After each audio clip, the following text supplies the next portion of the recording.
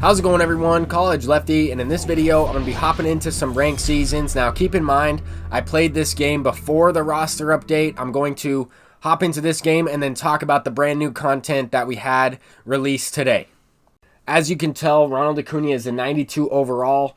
Currently, at the time that I'm playing this game, he has been updated to a 94 overall, which significantly helps the squad out. But I figured I would go ahead and see if I can finish one of these 9-inning games of ranked seasons. I've only been able to finish 3 games, and I have earned plenty of disconnect losses, blue screen error messages, and I've actually only won one of those games. The game that I won actually didn't count towards a win on my record, but I got the points for it. So kind of interesting things have been happening. Anyway, I wanted to talk a little bit about an example of how important individual pitch confidence is in MLB The Show 21. And to start with, right, we gave up 2 base hits on a curveball to lead off this game. If you notice, that blue ring around the curveball pitch is extremely low. And it's almost like in Slugfest, right, back in the day when we played those types of games where you would almost lose a pitch. Okay, if you gave up too many hits on one pitch, you almost lose it. And that's kind of what happens if you give up, home runs or base hits on the same pitch early on in the game. You almost lose that pitch, and the only way to really get it back is, to get swings and misses on that pitch. It's good to throw those pitches to the pitcher when he comes up to the plate. I probably wouldn't have thrown another curveball in this game until that 9th spot in his lineup comes up to bat.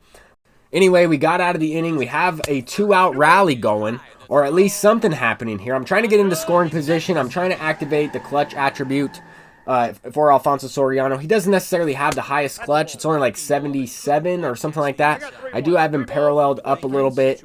But at the same time, I'm trying to pick up pitcher's tendencies, right? What is this pitcher throwing me? Fernando Valenzuela is really tough to hit on the harder difficulties. This game's on Hall of Fame, and I noticed that he was going with that screwball up in the zone. Now, we were able to get kind of a lucky hit to go down the first base line, and then once again, another lucky base hit right here from Ronald Acuna. He does have the unfazed quirk, so that helps, but I wasn't on that pitch. It was a little infield single. We still have the clutch attribute activated for David Ortiz, and he's going deep on a contact swing. I was able to wait on this changeup and smack it out. Now, we take an early 4-0 lead. I was able to, see a lot of pitches using the contact swing with 2 strikes, trying to foul pitches off.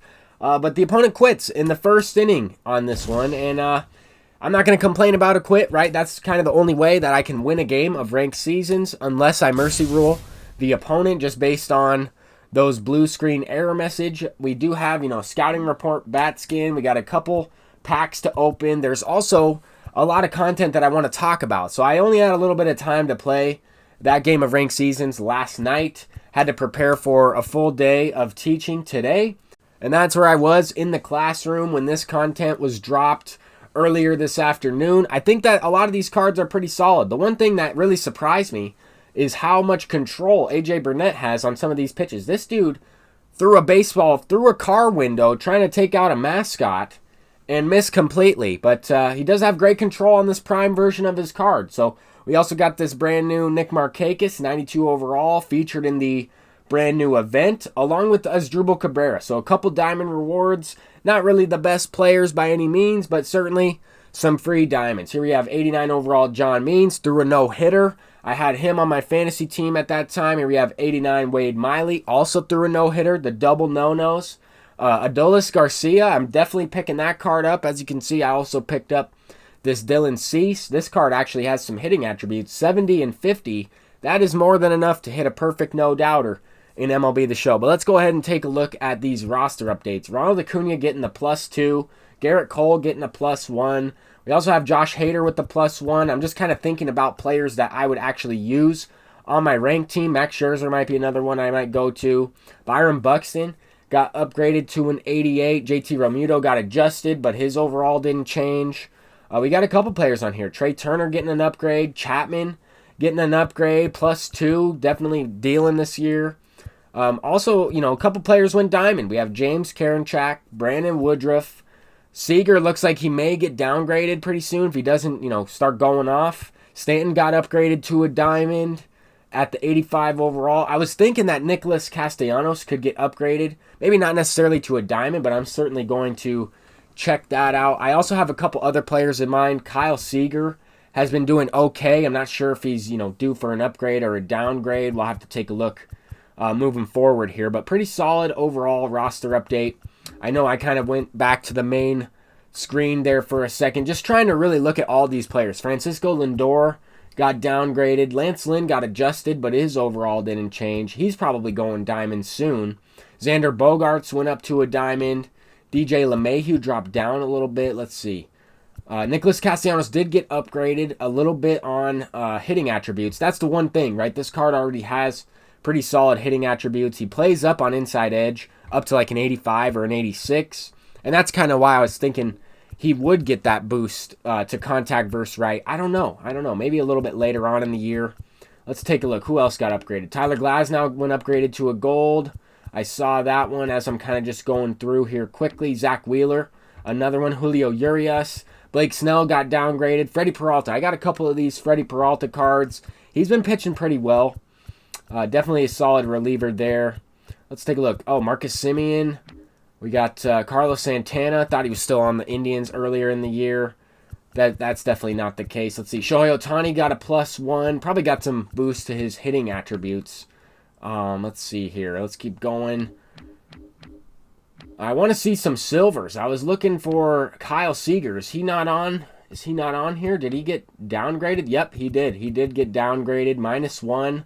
Wow, I didn't know his batting average was that low. I thought he was hitting a little bit better than that, but I mean, he's pretty much hitting in the 3 spot for the Mariners all the time. He might end up going gold a little bit later. Let's see. Michael Kopech got a position change to reliever. There's Aaron Bummer. I put out a tweet. 10 years ago on this day today, we faced Aaron Bummer in the high school state championship, ended up beating him, and also Josh Rojas with an upgrade. I played with Josh Rojas in college, so that's pretty sweet to see. Here we get this camo pack. This is available in the pack store for 0 stubs, and you get a bunch of diamond equipment items. I don't know what the attributes are on these items, but they are free, and I would just keep them. I mean, if you already have some diamond equipment, it might be better than these ones. These are just free ones, but I think that this is pretty sweet, and it looks pretty cool, I think, at the same time. Those socks are nice. The batting gloves look good. We got the Padres uniform as well. Might try that one out. I always like the camo uniforms. We actually wore some camo uniforms in high school when we played Aaron Bummer in the state championship. They also had a couple other players that got drafted as well. With that said, here's the ranked team. We do have, Ronald Acuna at a 97 overall, paralleled up and playing up on inside edge. Solid team. I mean, right here, this is an endgame squad, if I'm being honest. Obviously, we'll have some upgrades throughout the year, but I think I'll be able to have a lot of fun with this team if I use this team throughout the entire year. That's kind of what I mean by an endgame team. With that said, there are going to be a lot better players released throughout the season.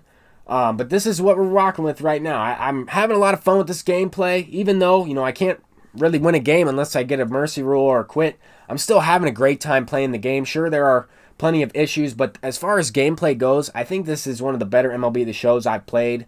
Just having a really good time with it. I know there's, some controversy going on in social media with people backing up the game and, calling things out within the game. I've tried to be as honest as possible. Obviously, I've had some issues on my end, but I'm still having a great time with this game. 100% support the developers and what they're doing. I know they're working really hard to help everybody out with the service and everything. Just kind of got to stay patient. With that said, I know people put a lot of money into the game, myself included. But anyway, I'm College Lefty. I'll see you in the next one. Peace out and have a great day.